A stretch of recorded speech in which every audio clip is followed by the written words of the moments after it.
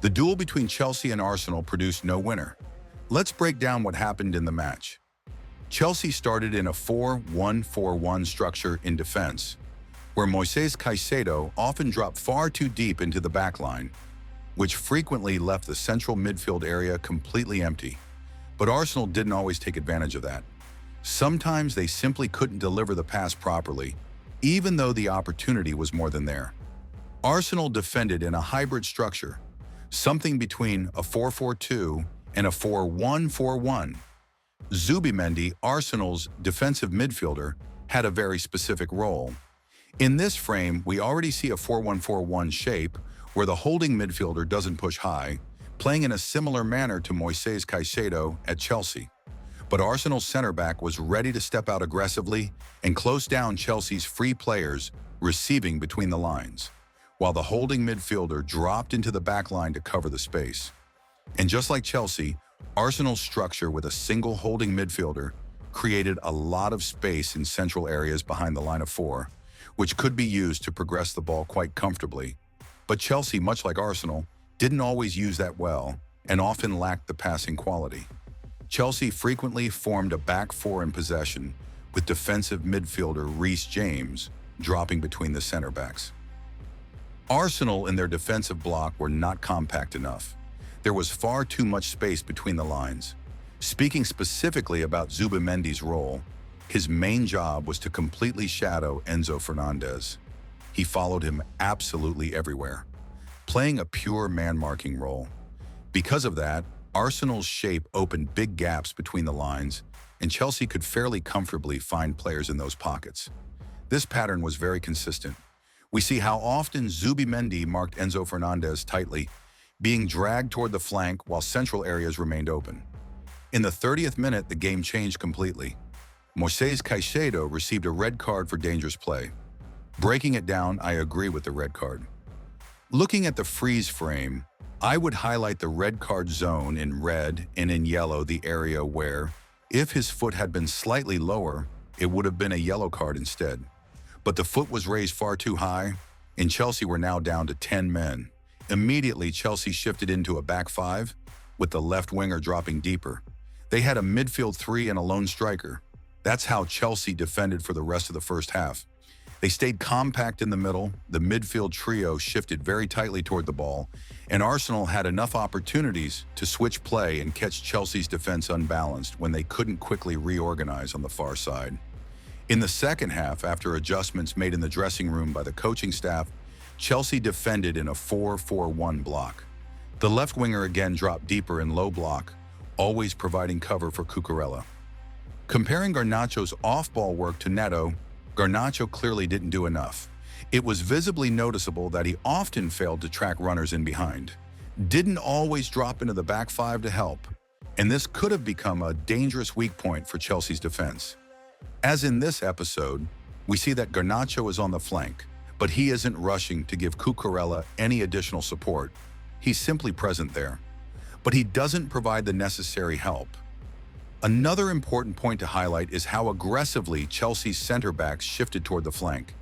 We often saw situations where, in the finishing zones, the player responsible for covering the area inside the box ended up being the fullback, and the backline had huge gaps between defenders, with no compensation from Chelsea's midfielders. This created excellent opportunities for Arsenal to deliver crosses and gain advantages in finishing zones. As in this episode, it looks like a 3 versus 3 situation in the box, but another detail stands out. Chelsea's defenders were often ball-watching and completely ignoring the positioning of Arsenal's attackers. They didn't defend man-to-man, which looked really poor. Arsenal's players in the box weren't controlled properly, which allowed them to create several dangerous chances. And in this sequence, Arsenal equalize. The key moment here is simply raising your hands to show you're not at fault. Apparently, that's how this defensive positioning tends to work. And here we see a 2 versus 1 situation and Marino scores. These gaps between the defensive lines were absolutely critical. There was no compactness, no support. Sometimes inside the penalty area, Chelsea ended up defending with 2 players who were not the strongest in aerial duels, like in this example. Here, in the finishing zone, Cucurella is the only defender, and Enzo Fernandez comes to help. Any cross here gives about a 60 to 70% chance that these two will lose the aerial battle. Breaking down Chelsea's goal, surprisingly, Chelsea scored a set piece against Arsenal. There are a few details to underline here. First, Cucurella's position. It's hard to say exactly because we don't have the full wide-angle view, but it seems he dragged an Arsenal player with him, pulling him out of position, maybe from the near post zone to the flank, creating extra space. The key duel here is Chalobah versus Timber. Timber marks Chalobah personally. Chalobah makes a run toward the near post, which is Declan Rice's zone. Rice stands at the near post as the first defender. The cross comes in, Chalobah accelerates into the near post zone. Timber follows him. Rice clearly sees that Timber is tracking Chalobah, so he stays in his designated spot. I'm positioned to defend the near post zone. My teammate is with his man, so I hold my line. But the issue is that in this scenario, Chalobah reaches the ball first. The defender marking him, Timber, allows him to attack the ball unchallenged. Timber is caught watching the name on the back of Chalobah's shirt rather than attacking the ball. And Rice doesn't take the extra 2 or 3 steps forward to challenge for the ball himself, assuming Timber will get there first and prevent a header. But he doesn't. Chalobah rises above everyone. Notice that Timber doesn't even jump. The only player who jumps is Rice. That's a clear breakdown. Timber loses his man, and Rice doesn't step forward to intercept at the highest point. Even a simple clearance, a desperate header anywhere, would have been enough. Chalobah then flicks the ball to the far post, where Arsenal actually have a 2 versus 1 advantage. But Arsenal's number 3 simply crashes into the Chelsea attacker, marking him tightly and giving him 0 space. And if the ball had gone lower toward Enzo, he likely wouldn't have scored. He was held tightly by 2 defenders. There's an element of luck in how perfectly the ball looped into the net. Another interesting detail is how Chelsea defended corners against Arsenal while being a man down. Chelsea did not sit deep to protect the score. Look, only 6 players in the box defending against Arsenal's corner. Meanwhile, 3 players stayed high, even though Chelsea were playing with 10 men, ready to counterattack. This is a fascinating idea from Enzo Maresca. Why give Arsenal the advantage by bringing everyone back and crowding your own box? That only helps Arsenal create chaos, overload zones, and confuse markers. Instead, Chelsea use a very simple concept: keep 3 or 4 players high. That forces Arsenal to leave 3 players back, meaning Arsenal have fewer attackers in the box. That simplifies Chelsea's defensive assignments. It looks like a perfect plan against Arsenal's corners. Unfortunately, Arsenal didn't have many corners, so we didn't get to see the plan tested thoroughly. And overall, Chelsea clearly were not trying to sit on the score.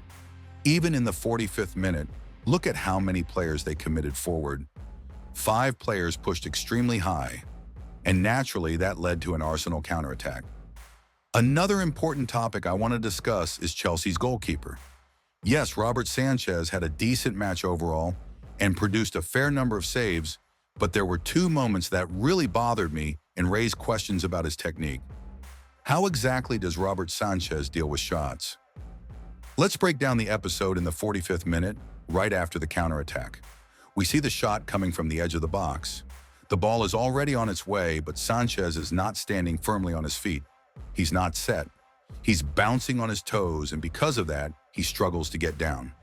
At the moment of the shot, he jumps off his toes, and he often mistimes this movement. As a result, when the ball is flying toward the goal, he has no contact with the ground and can't execute a proper dive. This leads to those awkward-looking saves where he falls in a strange, uncontrolled way just to reach the ball. It actually reminds me a bit of Andre Onana's old style at Manchester United. Those acrobatic, exaggerated saves on shots that weren't particularly difficult in the first place. And all of this is caused by his habit of jumping on his toes right as the shot is taken. It looks strange and quite worrying. And it's not the only example. In the 87th minute, we see an almost identical situation. First, Garnacho doesn't give enough defensive support on the flank. A pass comes into the penalty area, and that holding zone is completely unprotected.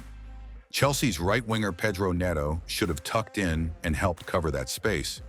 which would have created a 1-versus-1 in the finishing zone for the fullback and pressured the central channel. Instead, Marino receives the ball freely and gets a shot away. Again, we see Sanchez at the moment of the strike. He's not planted on the ground, not balanced. Once again, he jumps on his toes right as the shot is taken. Because of that, he can't push off properly, can't form a strong base, and the save turns into another awkward half jump. He parries the ball straight in front of him and then collides with Gyökeres. From this angle, it looks like a heavy collision, but in reality, it wasn't that dangerous, though Gyökeres still gets a yellow card.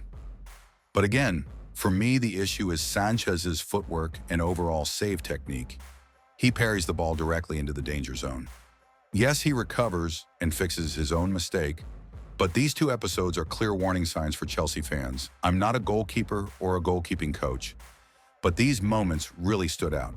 So if any goalkeepers are watching, leave your thoughts on Sanchez's positioning and especially his footwork during shots. Arsenal also could have scored in the final minutes. Again, Chelsea's defending. By this point, Chelsea were sitting very deep, but they still struggled to control those runs into the half spaces, especially as more and more Arsenal players pushed into the box. Arsenal were going all in for the win. Here, Reece James doesn't track the run in behind properly. Arsenal get the cross in, and once again, Chelsea's defenders are ball watching. They're not marking anyone. They don't use reference points. They simply stand across the goal in zonal positions without matching them to opponents. Timber barely reaches the cross. He tries to head it in, but in doing so, he actually takes the chance away from Gyökeres, who's arriving behind him unmarked. Cucurella doesn't follow him, and if Timber hadn't touched the ball, Gyökeres would almost certainly have scored and Arsenal would have won. Look at Gyökeres' reaction while he's still falling. He's already shouting at Timber for denying him the chance. This moment needs a deeper look. Did Gyökeres shout, "Leave it" or "mine" before the header? The video angle doesn't let us know. If he did, then Timber deserves some harsh words. If he didn't, then Timber had no reason to leave the ball. A fantastic match from both teams overall. The title race is getting even more intense. And honestly, I'm glad the result ended like this. Other teams are closing the gap, and the distance between first and second hasn't increased. We're heading toward a thrilling season. Leave a like, share your thoughts in the comments, and subscribe for more football analysis.